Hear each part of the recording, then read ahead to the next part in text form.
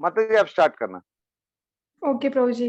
तो इस तरीके से जो अर्जुन होते हैं वो बहुत सारे एग्जाम्पल देते हैं कि मैं युद्ध नहीं करूंगा, युद्ध ना करने के बहुत सारे एग्जाम बताते हैं जो अर्जुन होते हैं वो। तो यहाँ पे इस श्लोक में ये भी बताया गया है कि जो भौतिक पदार्थों के प्रति शोक तथा मोह रखते हैं, शोक रखते हैं किसी भी तरीके का, वो आत्मा को ना जानने के लक्षण है। कि तो हम देखते हैं कि हम किसी भी तरीके की भौतिक चीजों से आसक्ति रखते हैं, कुछ भी रखते हैं, तो इसमें हम शरीर और आत्मा में अंतर को नहीं समझ पाते हैं। इससे हम, आप बताइए प्रभु जी, बता रहे हाँ हैं। हाँ, तो हरे कृष्णा। তো মাতাজি বলছে কি এখানে যে শ্লোকে বলছে কি যে শোক আছে, তো এই যে শোক আর এই যে ভয় আছে, ये যে আছে ये मनुष्य যে লক্ষণ আছে एक आसक्ति लक्षण एक्चुअली। যে ভয় আর যে শোক, তো এখানে ये যে লক্ষণ মাতাজি বলছে, তো এটা যে লক্ষণ আছে এটা এক লক্ষণ আছে যে আসক্তি লক্ষণ। তো এটা মাতাজি এখানে জিজ্ঞাসা করেছে। हरे फिर कृष्णा यहाँ माता। आपने बताया गया कि मधुसूदन शब्द का यहाँ पे प्रयोग किया गया है। तो मधुसूदन भगवान को, भगवान का एक नाम मधुसूदन भी है। कि भगवान जो होते हैं वो कहाँ से आए, मतलब जो अर्जुन के मन में जो है वो अर्जुन इस तरीके के शोक युक्त है या मोह में मोहित हो रखा है अर्जुन। तो इसीलिए भगवान जो है वो यहाँ पे अर्जुन को समझा रहे हैं, बता रहे हैं कि तुम्हारे मन में ऐसा कलमश क्यों आया। भगवान एक तरीके से अर्जुन को डांट रहे हैं, डांट रहे हैं भगवान। हमें लगता है कि भगवान कंसोल कर रहे हैं उनको, सांत्वना दे रहे हैं, लेकिन ऐसा है नहीं। भगवान एक्चुअल में जो है वो अर्जुन को एक तरीके से डांट रहे हैं। ये बलदेव विद्याभूषण अपनी टीका में बताते हैं कि जो अर्जुन जो भगवान जो होते हैं वो अर्जुन को डांटते हैं। और हमें लगता है कि पहले ही श्लोक, भगवान भगवत गीता का ये पहला ही श्लोक शुरू करते हैं और इसी में डांट रहे हैं, लेकिन वाकई में ऐसा है नहीं। भगवान की डांट में भी प्रेम है। तो जिस तरीके से हम देखते हैं कि कोई माता है वो अपने बच्चे को डांटती है, तो उस उनकी डांट में भी कहीं ना कहीं प्रेम होता है। तो उनकी डांट में भी प्रेम होता है। या फिर कोई गुरु होता है, वो भी अगर अपने शिष्य को डांट रहा है तो उनमें प्रेम होता है। इसी तरीके से जो भगवान होते हैं वो हरे कृष्णा, हरे कृष्णा। मेरा वॉइस तो नहीं आ रहा है। हाँ, नहीं नहीं आ रहा है माता जी। मैं अभी बंगाली में बोलता हूँ। तो माता जी खूब सुंदर থেকে বলছে কি মধুসূদন যে নাম যে শ্লোক 1 থেকে উচ্চারণ করেছে, তো এখানে কৃষ্ণ ভগবান এখানে সঞ্জয় মানে অর্জুনের অবস্থা বলছে। और যে মধুসূদন ওয়ার্ড ইউজ করেছে, মধুসূদন মানে মধুরাস এক যে নামক এক রাক্ষস, উনাকে কৃষ্ণ ভগবান মেরেছিলাম। তো ওর জন্য কৃষ্ণের নাম আছে মধুসূদন। তো এখানে খুব সুন্দর বর্ণন করেছে কি মধুসূদন কেন অর্জুন কৃষ্ণকে মধুসূদন বলছে। যেমন মধু রাক্ষস জনকে কৃষ্ণ ভগবান মেরেছে, তো অর্জুন বলছে কি আমার ভিতরে যে আমার প্রশ্ন আছে, আমার যে কলমশ আছে, এটা যে প্রশ্নের উত্তর আপনি কৃষ্ণ ভগবান আপনি দেবেন। এটা আছে চ্যাপ্টার 2 তে ফার্স্ট শ্লোক। তো সেকেন্ড শ্লোকে মাতাজি বলছে কি ভগবান এখানে উত্তর দিচ্ছে। ভগবান কি করছে, ভগবান অর্জুনকে মানে কি বলে আমি চেস্টাইজ করছে, মানে ওনাকে মানে ওনাকে বলছে কি তুমি অর্জুন তোমার ভিতরে এটা কলমশ কেমন এসেছে। মানে হিন্দি বলছে কি ডাট ডাট के बताता है कि তোমার ভিতরে এই যে শোক ভয়, তোমার ভিতরে এটা কলমশ কোথায় থেকে এসেছে। তো এটা বলদেব বিদ্যাভূষণ ওনার টিকার ভিতরে এটা বলছে যখন যেখানে মা আপনার ছেলেকে মানে যে বলছে না কি তুই ঠিক হয়ে যা, মানে তুই এটা কি মানে উল্টা পুল্টা কি করছে। যখন এক ছোট ছেলে কিছু উল্টা পুল্টা করছে তো মা ওনাকে ডাঁটছে। তো এমন এখানে কৃষ্ণ ভগবান ফার্স্ট শ্লোক ভিতরে অর্জুনকে চেস্টাইজ করছে, ওনাকে বলছে যে তোমার ভিতরে এটা কলমশ কোথায় থেকে এসেছে। তো এটা খুব ইম্পর্টেন্ট পয়েন্ট। आणि এই সেকেন্ড চ্যাপ্টারের শ্লোক নম্বর 2 থেকে সেখানে ভগবান एक्चुअली स्टार्ट করছে বলার। মাতাজি आप कंटिन्यू करना। हरे कृष्ण। जी प्रभु जी। तो भगवान जो होते हैं वो प्रेम से डाँट रहे हैं अर्जुन को, और वो ये सिखाने के लिए उनको डाँट रहे हैं, सिखा रहे हैं वो उनको, इसीलिए वो यहाँ पे डाँट रहे हैं। फिर दूसरी चीज़ जो है, वो भगवान यहाँ पे अर्जुन को बोलते हैं कि अर्जुन तुम अनार्य हो। मतलब एक तो होता है आर्य, तो आर्य का मतलब होता है जो शरीर और आत्मा के अंदर भेद क्या है वो जानता है, तो उसको आर्य बोला जाता है। और दूसरा होता है अनार्य। तो यहाँ पे अर्जुन को भगवान अनार्य बोल रहे हैं। तो अनार्य का क्या मतलब है कि जो शरीर और आत्मा के अंदर भेद को नहीं जानता है कि क्या इन दोनों में भेद है, या फिर जो शोक और मोह, फिर भगवान अर्जुन को बोलते हैं कि तुम शायद शोक और मोह में भी हो, इसीलिए तुम अपने मूल कर्तव्य को भूल गए हो। तो ये चीज जो है वो भगवान यहाँ पे अर्जुन को बोलते हैं कि तुम्हें शोक और मोह के कारण इस चीज का पता नहीं है, अपने मूल कर्तव्य को तुम भूल गए हो, इसीलिए तुम अनार्य हो अर्जुन। तो ये भगवान अर्जुन को बोलते हैं। তো এখানে মাতাজি সুন্দর এক্সপ্লেন করছে, এখানে ভগবান অর্জুনকে প্রেম পূর্বক অ্যাকচুয়ালি মানে কি বলে ডাঁট ডাঁট देता है। তো ওখানে যে শব্দ দিয়েছে अनार्य, अनार्य মানে आर्य মানে যে জন আত্মা আর শরীর এর ভিতরে ভেদ উনি জানতে চায়, মানে উনি জানে। বাট যে अनार्य আছে উনি শরীর আর আত্মা ভিতরে যে মানে ডিফারেন্স আছে উনি ও জানতে, মানে উনি জানে না। তো ওখানে ভগবান অর্জুনকে अनार्य বলছে। और এখানে अनार्य বলছে আর বলছে কি তুমি শোক, মানে তুমি মোহ শোক এর ভিতরে তুমি মানে তোমার আহ, আহ, মানে তুমি এখন এই লক্ষণ তোমার ভিতরে আছে। তো ভগবান প্রেম পূর্বক অর্জুনকে বুঝাচ্ছে। মাতাজি কারেক্ট। हाँ, तो भगवान यही बोलते हैं कि तुम तुम्हारे मूल कर्तव्य को भूल गए हो, और इससे तुम अपयश को प्राप्त करोगे। और अपयश मतलब किसी भी तरीके की तुम ऊंचे लोगों को प्राप्त नहीं कर पाओगे, नीचे लोगों को प्राप्त करोगे। तो जिस तरीके से एक राजा को हम देखते हैं, एक राजा का कर्तव्य क्या होता है कि उसका कर्तव्य यही होता है कि उसकी जो प्रजा है वो उसके हित में कार्य करे, चाहे वो अपनी प्रजा के लिए अच्छा सोचे, उनकी प्रजा के लिए क्या अच्छा है, क्या सही है, उसके तरीके से कार्य करे। तो इसी तरीके से राजा का कर्तव्य ये होता है। उसी तरीके से जो अर्जुन का जो कर्तव्य था, तो अर्जुन अपने कर्तव्य को भूला हुआ था, इसीलिए जो भगवान है अर्जुन को बोलते हैं कि तुम अपयश को प्राप्त करोगे और तुम अनार्य हो। इसीलिए भगवान यहाँ पे बोलते हैं कि तुम आत्मा के विषय में भी नहीं जानते हो, इसीलिए अर्जुन तुम अनार्य हो। ये चीज भगवान यहाँ पे बोलते हैं अर्जुन को।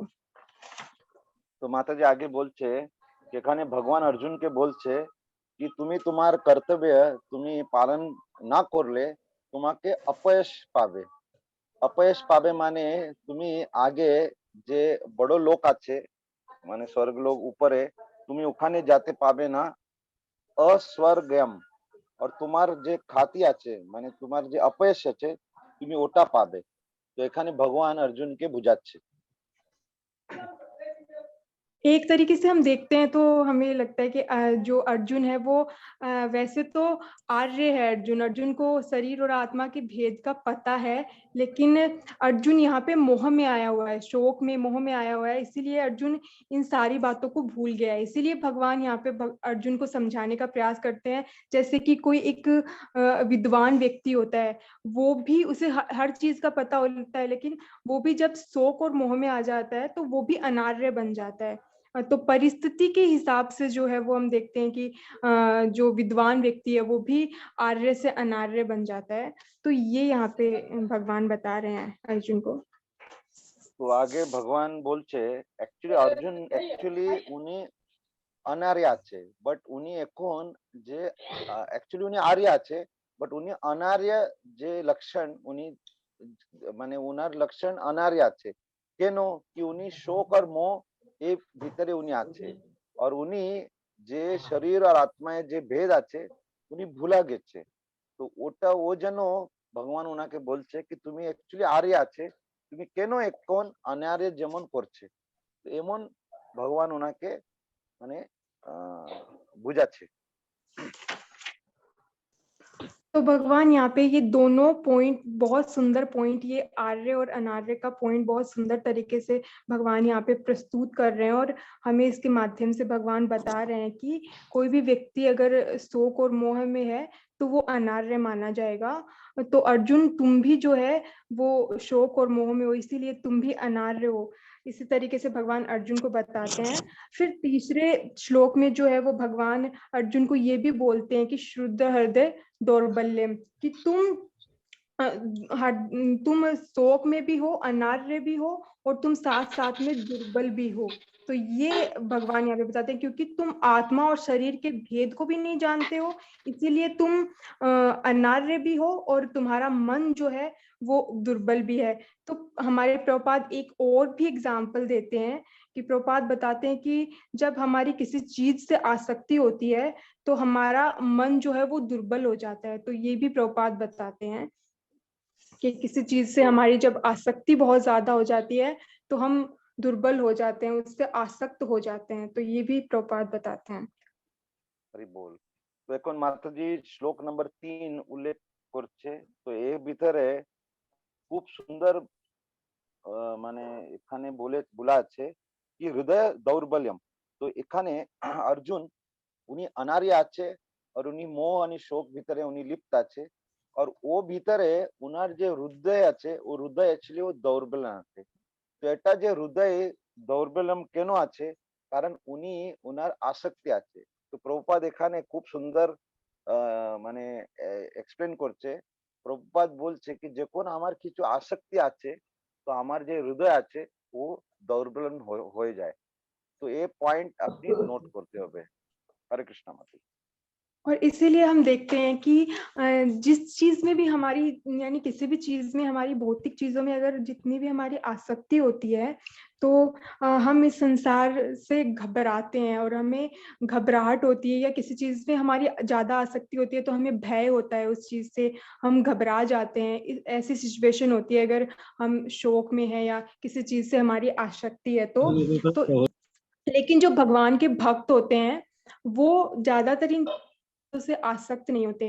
बहुत सारे वरिष्ठ भक्त हम देख सकते हैं, हमारे जितने भी आचार्य हैं उनको हम देखते हैं कि वो किसी भी चीज से आसक्त इतने होते नहीं है। किसी भी चीज में, भौतिक चीजों से उनको कोई आसक्ति नहीं होती है। মাতাজি এখানে এক্সপ্লেন করছে কি অর্জুনের হৃদয়ে দৌর্বল্যম কেন আছে।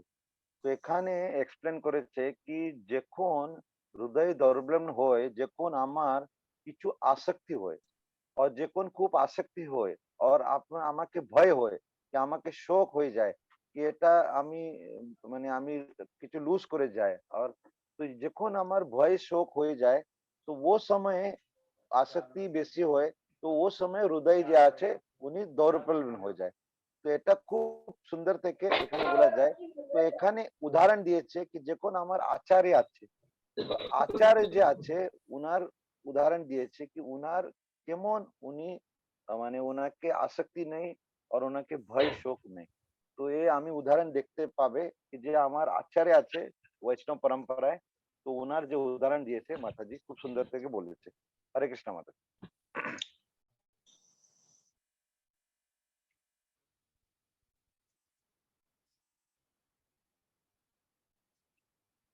हरे कृष्णा माता जी।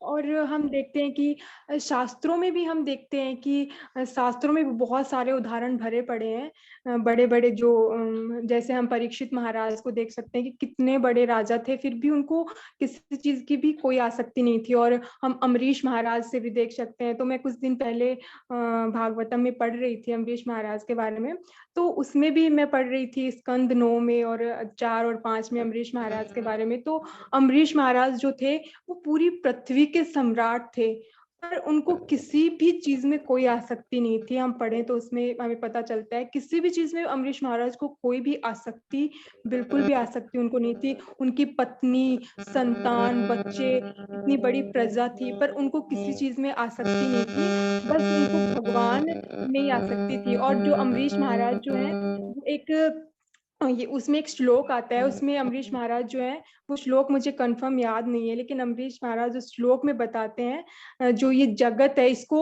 एक शब्द आता है लोष्टवत। तो इस जगत को लोस्ट वर्ड का मतलब होता है मिट्टी, मिट्टी की तरह कि जिस तरीके से इस संसार में मिट्टी होती है, उसकी कोई वैल्यू नहीं होती है, कोई कीमत नहीं होती है, उसी तरीके से जो अम्बरीश महाराज है वो इस भौतिक जगत को मानते थे।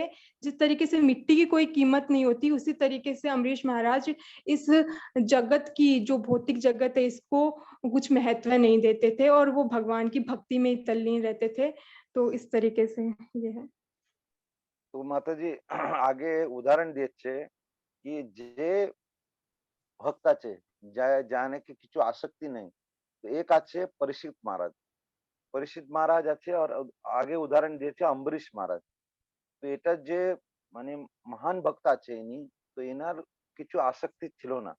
আর অম্বরীশ মহারাজ এত উনি মানে মানে এ সুন্দর মানে ভক্ত ছিল, উনাকে স্ত্রী সন্তান কোথায় উনাকে আসক্তি নেই।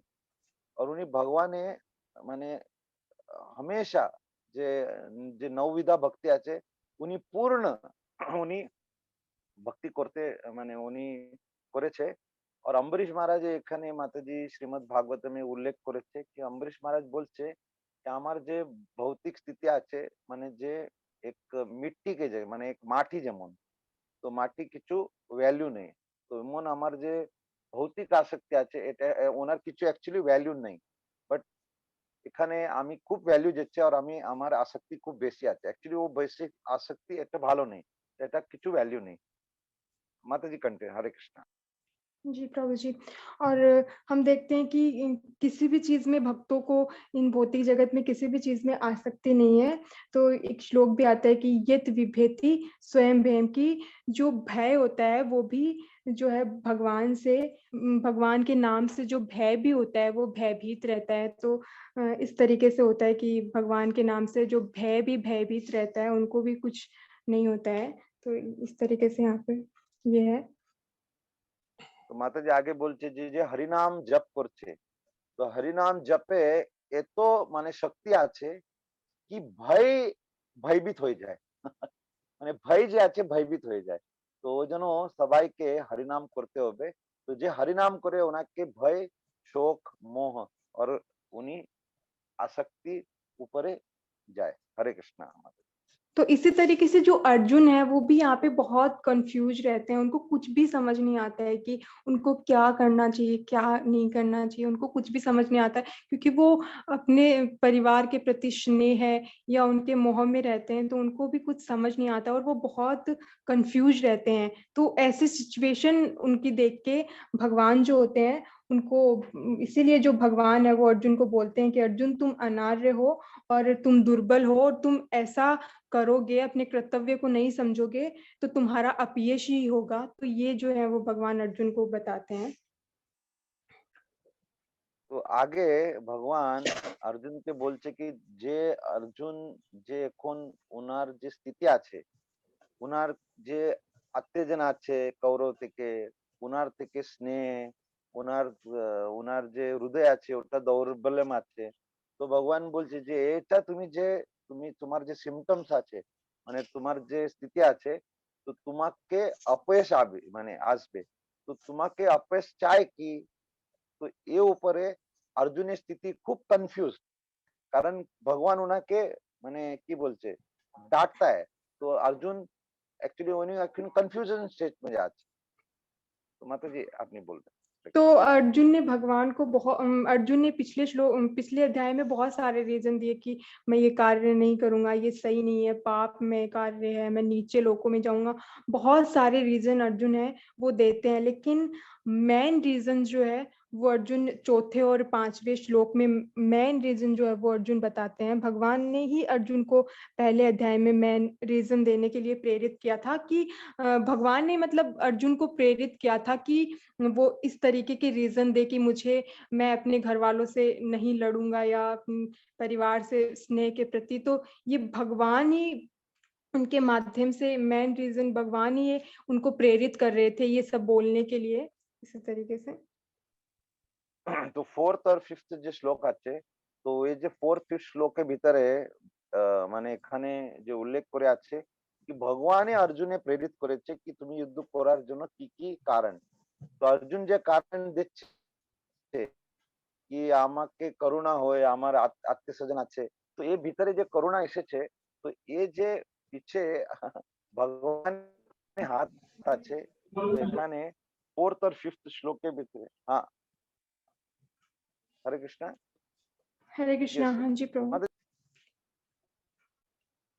हरे कृष्णा। तो चौथे और पांचवें जो श्लोक हैं उसमें अर्जुन अपना मेन रीजन जो होता है वो बता देते हैं कि मेन रीजन अर्जुन का यही होता है। ये तो सारी अर्जुन पहले तो ऐसे समझाते हैं कि बताते हैं कि ये स्त्रियों के बारे में कि मैं इस तरीके से पाप में कार्य है, लेकिन अर्जुन का जो मेन रीजन था वो ये नहीं था। अर्जुन का जो मुख्य जो रीजन था वो ये था कि उनके सामने जो उनके गुरु हैं द्रोणाचार्य, भीष्म पितामह, वो उनका मेन रीजन था।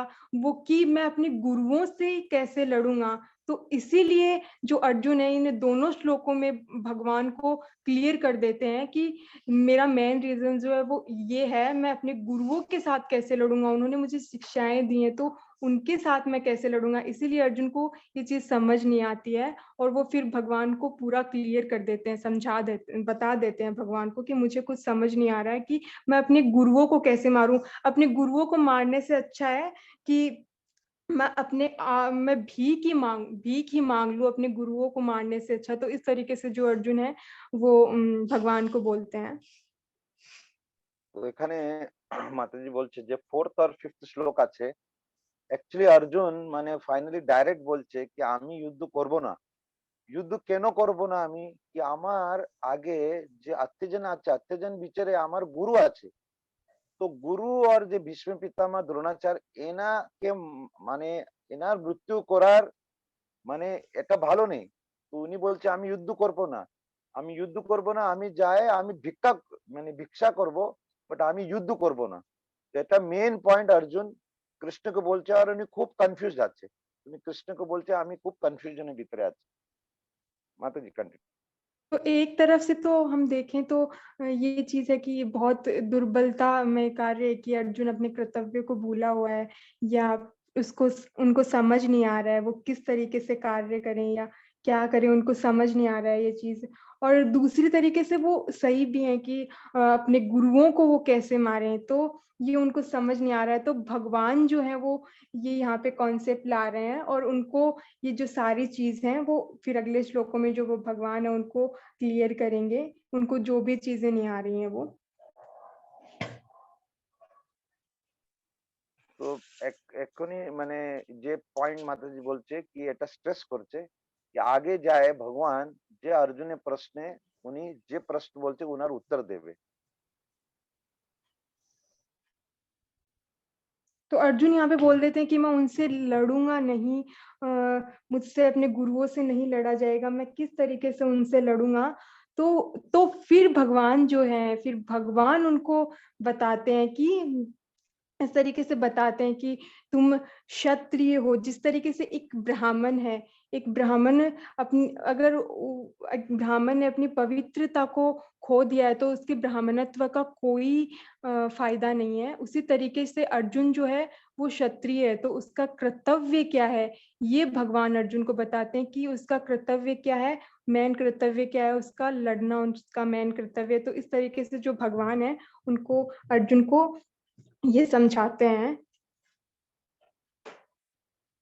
তো ভগবান অর্জুনকে বলছে কি তুমি অ্যাকচুয়ালি ক্ষত্রিয় আছে, তো তুমি এটা মানে তোমার ক্ষত্রিয় ধর্ম আছে কি যুদ্ধ করার। তো এখানে অর্জুন বলছে আমি যুদ্ধ করব না।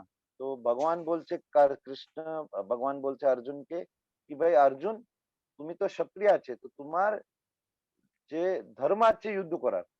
তো এখানে অর্জুন এসব যখন বার্তা হচ্ছে তো উনি খুব কনফিউজ। তো অর্জুনকে কৃষ্ণ ভগবান বলছে কি তুমি ক্ষত্রিয় আছে, তোমার ডিউটি আছে যুদ্ধ করার। यस माता जी, हरे कृष्ण। इस तरीके से भगवान जो है वो अर्जुन को समझाते हैं और अर्जुन जो होते हैं वो पूरी तरीके से जो होते हैं वो उस टाइम पे फाइनली फिर अर्जुन ये सारी बातें बोल के भगवान को पूरी तरीके से सरेंडर कर देते हैं कि मुझे कुछ भी नहीं पता, मुझे कुछ भी नहीं पता, मुझे क्या करना है, किस तरीके से मैं करूँगा। तो जो भी है वो आप मुझे बताइए। तो पूरी तरीके से जो अर्जुन होते हैं वो भगवान को सरेंडर कर देते हैं। फिर 7वें श्लोक में जो है वो अर्जुन बोलते हैं कि मैं कृपण हूँ, दुर्बलता के कारण अपने कर्तव्य को भूल गया हूँ और सारा धैर्य खो चुका हूँ। ऐसी अवस्था में मैं क्या करूँ? मतलब अर्जुन जो है वह अपने सारा उनका जो धैर्य है सब कुछ अर्जुन खो देते हैं और उनको कुछ भी पता नहीं रहता है कि मुझे क्या करना चाहिए, मेरे लिए क्या सही है, क्या सही नहीं है। तो इस तरीके से फिर अर्जुन पूरी तरीके से भगवान को सरेंडर कर देते हैं कि अभी जो भी है वो आप ही मुझे बताओ। তো এখানে 7वा যে শ্লোক আছে, তো এখানে টার্নিং পয়েন্ট, এই যে শ্লোক আছে এটা টার্নিং পয়েন্ট। অ্যাকচুয়ালি কৃষ্ণ যে আছে, অর্জুনের সারথি আছে আর ওনার মিত্র আছে, সখা আছে। বাট এখানে অর্জুন ওনার যে মানে কার্পণ্য, মানে ওনার যে ভিতরে যে কৃপণা মাতাজি বলেছে, দৌর্বল্য আছে, তো ও ভিতরে এই যে কনফিউশন মাইন্ডে উনি ভগবানকে সমর্পণ মানে সারেন্ডার করছে।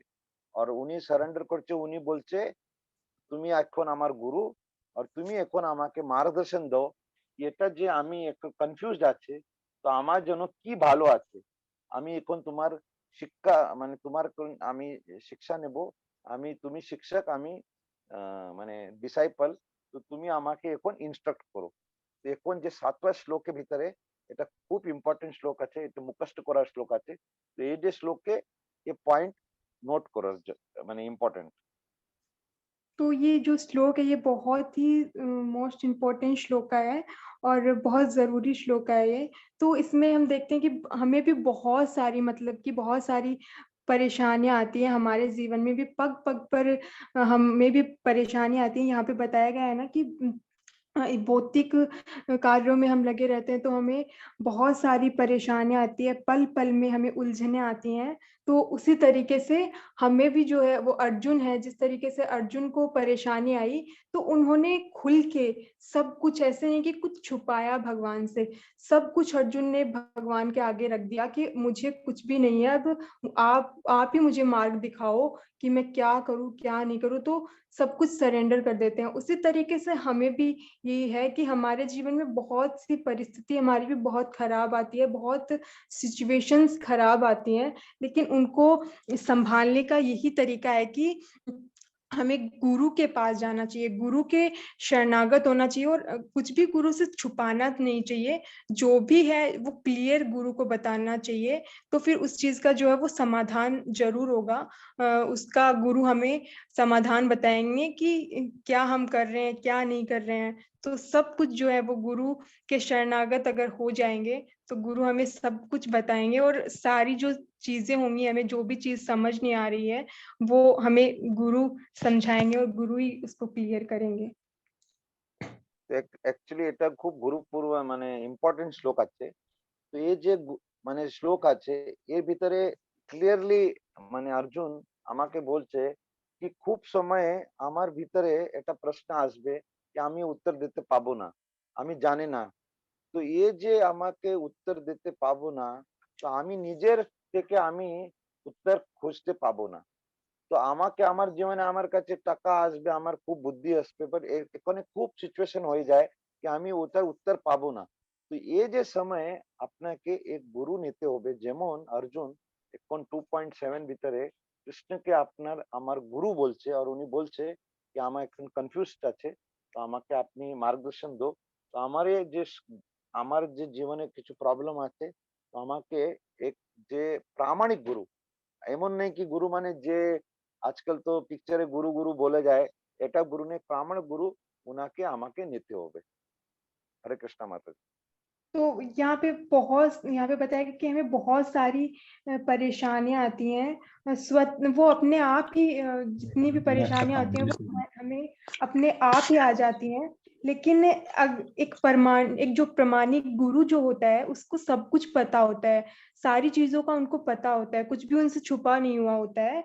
तो जब हम उनके पास जाएँगे, उनको सरेंडर करेंगे, विनीत होके उनको सब कुछ बताएँगे, तो उनके पास सारी चीज़ों का समाधान होता है। तो वो हमें बताएँगे कि हमें क्या हमारे लिए श्रेष्ठकर है, क्या हमारे लिए सही है, क्या गलत है, सब कुछ जो है वो हमें प्रामाणिक गुरु के पास अगर जाएँगे, तो हमें वो सब कुछ बता देंगे। अगर हम किसी भी ढोंगी गुरु के पास जाएँगे, वो तो अपने स्वार्थ के लिए ही बोलेगा, लेकिन जिनको शास्त्रों का ज्ञान है, जिनको सारी चीज़ों का पता है, कृष्ण भावना भावित का जिनको पता है, ऐसे ही गुरु के पास हमें जाना चाहिए। उनको तो यहाँ पे उनके बारे में बताया गया है, जो प्रामाणिक गुरु हैं, उनके बारे में बताया गया है कि वो सब कुछ जानते हैं और वो हमारी इस चीज़ में हेल्प करेंगे हमें। তো মাতাজি এখানে মানে যে সেম পয়েন্ট মাতাজি স্ট্রেস করছে কি যে আমাকে যে গুরু আছে, যে প্রামাণিক গুরু, এমন নেই কি কই ঢোঙ্গি ওর মানে যে কিছু বলবে আমি গুরু। আজকাল খুব আছে আমি বিজনেস গুরু, আমি এটা গুরু, আমি এটা গুরু, এটা গুরু নেই। যে আমার আধ্যাত্মিক প্রবলেম, যে আমার জীবনে যে প্রবলেম আছে, যে কোন অর্জুন উনার যে ভিতরে যে কোন কলমশ আছে, যে উনি বলছে कि আমার হৃদয়ে দৌর্বল্য আছে, তো এই যে স্থিতি উনি কৃষ্ণ ভগবানকে যে গুরু মানছে, যেমন আমার ভিতরে এমন কিছু প্রবলেম হয়ে যায় তো আমাকে প্রামাণিক গুরু উনার কাছে যেতে হবে। এটা পয়েন্ট মাতাজি মানে ইম্পর্টেন্ট পয়েন্ট বলছে। হরে কৃষ্ণ यहाँ पे মাতাজি। ये भी बताया गया है कि शिष्य और गुरु की बातें जो होती हैं वो गंभीर होती हैं और अर्जुन अपने मान्य गुरु के समक्ष गंभीरता पूर्वक जितनी भी जो गंभीर तरीके से जो अपनी परेशानियों को है वो भगवान के समक्ष वो रखते हैं। और दूसरी चीज यहाँ पे ये भी है कि जो भगवान है वो कृष्ण भगवत गीता के ज्ञान के आदि गुरु हैं और अर्जुन गीता समझने वाले प्रथम शिष्य हैं।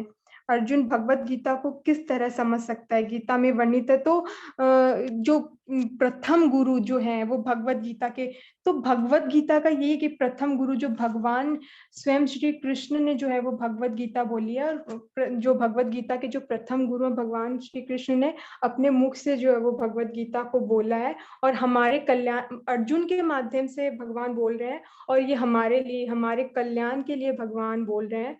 तो जब हम हमारे जीवन में बहुत सारी परेशानियां हैं, बहुत हमें डाउट है हर चीज के लिए, तो अगर हम भगवत गीता भगवान की बोली हुई है और अगर हम भगवत गीता को पढ़ेंगे तो हमें समझ आएगा कि हमें जीवन को किस तरीके से जीना है या किस तरीके से हम कार्य करें। तो जो भगवत गीता के प्रामाणिक गुरु जो हैं वो तो भगवान श्री कृष्ण ही है। तो जब इसीलिए तो जो हमारे भक्त होते हैं वो उनको समझ रहता है कि हमें किस तरीके से जीवन यापन करना है, किस तरीके से चलना है, तो वो भगवत गीता के सिद्धांतों पे चलते हैं। और जिन लोगों को नहीं पता होता है, जो इस संसार में फंसे हुए हैं, उनको भी ये भगवान का जो ज्ञान है वो बांटने का, इसी तरीके से जो हमारे भक्त होते हैं वो भगवत गीता वितरित करते हैं, इसीलिए करते हैं कि लोगों को पता चले कि हमें किस तरीके से जीवन जीना है। और भगवान श्री कृष्ण इस भगवत गीता को बता रहे हैं, तो और जो लोग दुखी हैं उनको जीवन की समस्याओं का पता नहीं है, तो वो भी भगवान के द्वारा बोली हुई इस गीता का फायदा उठाएं और इसका लाभ लें। तो ये यहाँ पे आ रहा तो है माता जी पॉइंट। बोल रहे कि भगवान, हरे कृष्णा, तो माता जी इधर बता रहे हैं कि भगवान जो है ये अर्जुन को बता रहे हैं एक्चुअली। तो भगवान जो है वो आदि गुरु भी हैं और भगवान ने ये भगवत गीता अपने कमल मुख से अर्जुन को बताया है। तो एक्चुअली ये अर्जुन को बताना है। एक्चुअली अर्जुन जो है वो पहले लेने वाले हैं, जैसे गीता महात्म्य में जैसे बताया कि হরে अर्जुन কৃষ্ণ जो है वो বাঙালি। हाँ हाँ, हरे कृष्णा। তো এখানে যে কৃষ্ণ ভগবান আছে উনি এক ভগবত গীতা আগে বলেছে। তো যে প্রথম ভক্ত আছে ও অর্জুন আছে। তো যখন যে দুধ আছে, যে গায়, যখন দুধ যে দুধ আগে ফার্স্ট যে দুধ আছে ও যে বছড়া আছে ওটা আছে অর্জুন। আর অর্জুনের মাধ্যমে আগে যে সবাই ভক্ত আছে উনাকে এটাই ভগবত গীতা যে জ্ঞান দিয়েছে। মাতাজি এটাই বলছে। আর আমাকে যে প্রামাণিক গুরু উনাকে যেতে হবে, উনার কাছে গিয়ে আপনার যে কিছু সমাধান হবে। না তো আমি কিছু ঢোঙ্গি বাবা করতে যাই তো ওখানে সমাধান হবে না। হরে কৃষ্ণা মাতাজি। तो अर्जुन फिर अगले श्लोक में यहाँ पे यही बोलते हैं कि गुरु की श्री कृष्ण की सहायता के बिना जो जितनी भी समस्याएं हमें आ रही हैं, जो अर्जुन को जितनी भी समस्याएं आ रही हैं, तो उनका समाधान नहीं हो पाएगा। अगर वो कृष्ण को अगर नहीं पूछेंगे तो उनका समाधान उससे उन्हें नहीं मिलेगा। तो निष्कर्ष यहाँ पे यही निकलता है कि गुरु जो होते हैं वो 100% कृष्ण भावना भावित होते हैं।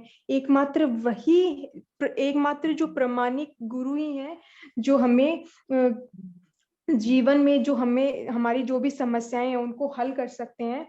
तो चैतन्य महाप्रभु भी बताते हैं कि जो कृष्ण भावना भावित के विज्ञान में जो दक्ष हैं वही प्रामाणिक गुरु है, चाहे फिर वो कोई भी हो। फिर यहाँ पे श्लोक आता है कि कीबा विप्र कीबा नासी शूद्र केन नए ये न कृष्ण तत्वेन से ही गुरु होए। मतलब कि कोई भी हो, चाहे वो वैदिक ज्ञान को जानने में जो दक्ष व्यक्ति है, चाहे वो जन जाति से शूद्र हो या सन्यासी हो या कृष्ण के विज्ञान में जो भी दक्ष है, चाहे वो शूद्र ही क्यों ना हो, तो वो भी प्रामाणिक गुरु बन सकता है और वो भी भगवान के विषय में लोगों को बता सकता है, लोगों का उद्धार कर सकता है। तो ये यहाँ पे बताया गया है।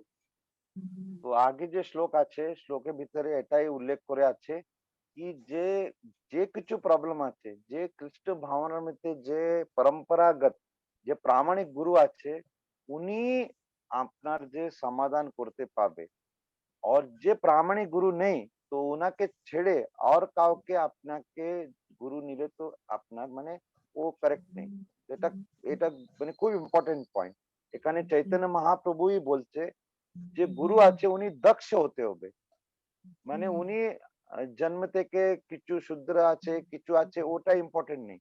যে উনি কৃষ্ণ ভাবনার পদ্ধতি থেকে যে উনি প্রামাণিক মানে উনি গুরু থেকে শুনে উনি মানে গুরু পরম্পরা में এসেছে তো ওটা যে গুরু থেকে আপনাকে মার্গদর্শন নিতে হয় আর উনার কাছে যে কিছু প্রবলেম আছে আপনি গুরু থেকে শরণাগতি হতে পারবে। हरे कृष्णा तो माता जी। जी प्रभु जी। तो यहाँ पे फिर आगे जो अर्जुन है वो जो संजय है वो बताते हैं। संजय कहते हैं कि इस प्रकार कहने के बाद शत्रुओं का दमन करने वाले अर्जुन कृष्ण से बोले, हे गोविंद मैं युद्ध नहीं करूंगा, और चुप हो गए। और अर्जुन बोलते हैं कि मैं किस तरीके से युद्ध करूं, मुझसे युद्ध नहीं होगा। और अर्जुन जो है वो चुप हो जाते हैं। फिर यहाँ पे बताया गया यद्यपि जो धृतराष्ट्र है वो जब ये सुनते हैं कि अर्जुन चुप हो गए और वो बोल रहे हैं कि मैं युद्ध नहीं करूंगा, तो धृतराष्ट्र जो होते हैं वो खुश हो जाते हैं कि अब अर्जुन जो है वो युद्ध नहीं करेगा। तो वो बहुत खुशी से झूम उठते हैं। लेकिन अर्जुन को जो है अर्जुन यहाँ पे बताया कि यद्यपि कुछ समय के लिए अर्जुन अपने परिवार वो अपने मिथ्या में आ जाते हैं, या फिर उनके पारिवारिक जो स्नेह होता है उसमें वो थोड़ा सा फंस जाते हैं। पर जब वो भगवान कृष्ण की जब सरेंडर हो जाते हैं, कृष्ण के शरणागत जब वो हो जाते हैं, तो भगवान जो है वो उनका आत्म साक्षात्कार करने के लिए उनको इस शोक से निवृत्त करते हैं। और भगवान उनको सारी नॉलेज देने के लिए उनके पास खड़े रहते हैं भगवान। तो ये यहाँ पे बता रहे हैं। और इसी तरीके से जो धृतराष्ट्र खुश हुए होते हैं कि अर्जुन युद्ध नहीं करेगा, तो